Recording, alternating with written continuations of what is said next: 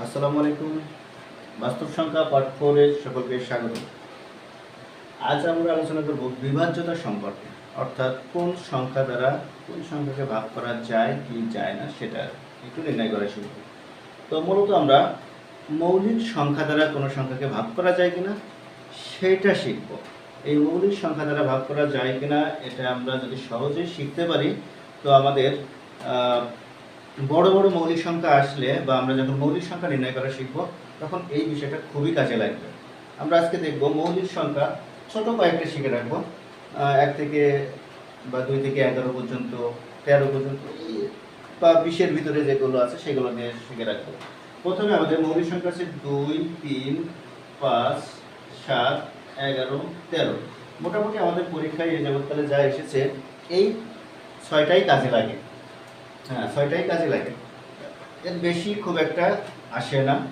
তো আমরা চেষ্টা করব এই 6টা দ্বারা কোন কোন সংখ্যাকে ভাগ করা যায় আর কোন কোন সংখ্যাকে ভাগ করা যায় না সেটা জানার জন্য। প্রথমে আছে আমাদের 2 দ্বারা ভাগ করা যাবে সে সকল সংখ্যাকে যাদের একক স্থানীয় অঙ্ক, একক স্থানীয় অঙ্ক বলতে সবচেয়ে ডানেরটা, সর্বডানের সংখ্যাটা। আপনারা একটা বড় সংখ্যা লিখলো 4, 5, 6, 7, 8, 9, 9, 2।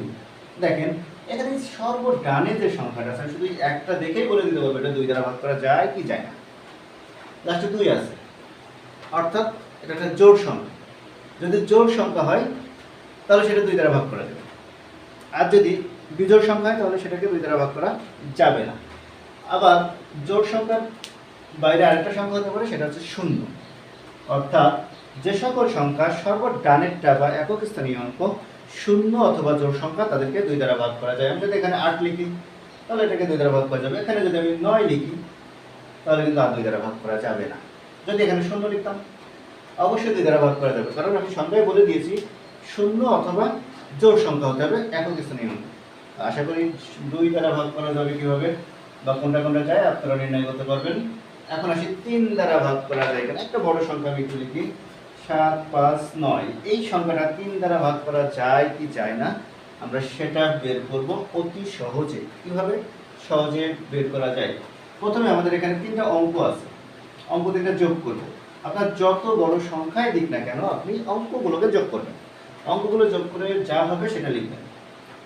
7, 5, 12 আর 9, 21। এটা হচ্ছে 21।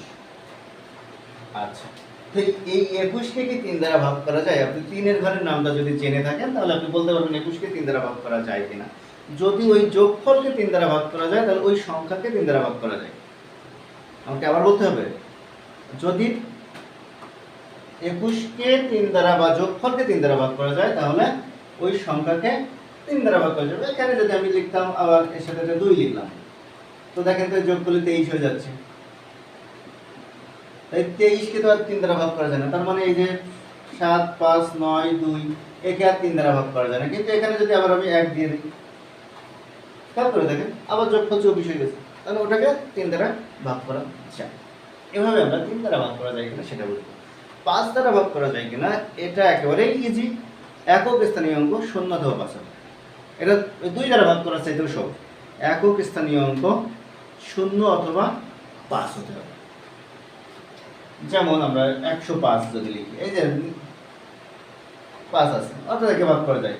এই 11, 2, 4, এই যে 0, একে 5 দ্বারা ভাগ করা যায়। কিন্তু এখানে যে ছিল লাস্টে 2, এটা কিন্তু 5 দ্বারা ভাগ করা যায় না। এখানে লাস্টে 1 আছে, এটাও 5 দ্বারা ভাগ করা যাবে না। যাদের শুধুমাত্র একক স্থানীয় অঙ্ক 0 অথবা 5 থাকবে তাদেরকে 5 দ্বারা ভাগ করা যায়। এবার আছে 7 দ্বারা আপনাদেরকে একটু কষ্ট করে ঝটপট ভাগ করা শিখে নিতে হবে। 7 দ্বারা ভাগ করে নেবেন। 11 দ্বারা ভাগ করা যায় কিনা, আমি একটা সংখ্যা লিখছি, ওখানে লিখেছি 7, 5, 9, 2। এই সংখ্যাটা 11 দ্বারা ভাগ করা যায় কিনা সেটা নির্ণয় করা শিখব। তার আগে একটু এর সিস্টেমটা বলে নেই।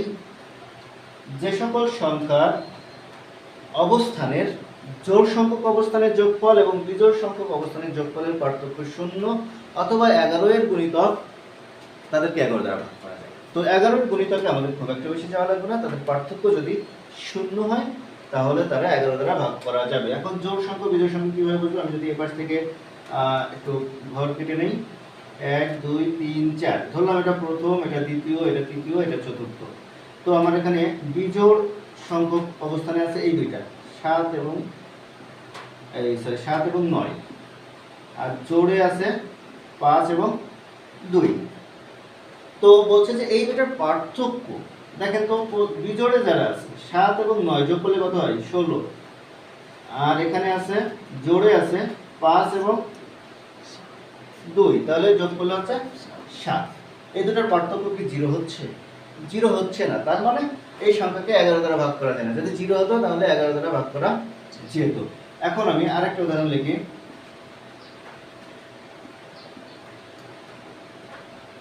এই সংখ্যাটা একটু খেয়াল করে দেখবেন। প্রথমে একক 1 2 3 4, দেখেন এখানে 1 নম্বরে যেটা আছে সেটা 7, আর বিজোড় অবস্থানে আরেকটা আছে 5। এখানে 1 নম্বরে যেটা আছে 5, আরেকটা আছে 7। এটা যোগ করলে হয় 12, এটাও যোগ করলে হয় 12, পার্থক্য 0। আবার যদি এরকম দেখি,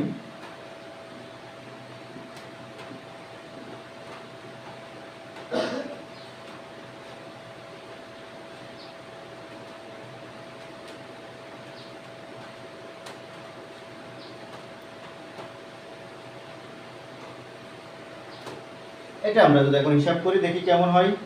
একটু 1 থেকে 1 2 3 4 5 6। তো আমাদের জোড় সংখ্যকে আছে, এই বিজোড় সংখ্যকে আছে 5 9 3, 5 9 এবং 3। তো এদের যোগ করলে কত হয়? এদের যোগ করলে হয় 17, 14 আর 3 17। আর আমার বিজোড় সংখ্যকে যেগুলো আছে সেগুলো একটু যোগ করে দেখি, 6 2 9। এদেরকে যোগ করলে হয় 8 8 9 17। তো এদের পার্থক্য 0, অর্থাৎ এই যে বড় একটা সংখ্যা এটা 11 দ্বারা ভাগ করা যায়। এরপর আছে 13 দ্বারা ভাগ করা যায় কিনা। 13 দ্বারা আমাদের কিন্তু কষ্ট করে ভাগ করে নিতে হবে ঝটপট। দুইটা 7 এবং 13 আমার মনে হয় না যে দুইটা ভাগ করতে খুব বেশি কঠিন হবে।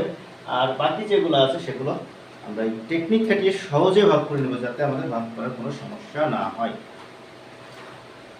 ধন্যবাদ সকলকে এতক্ষণ সাথে থাকার জন্য।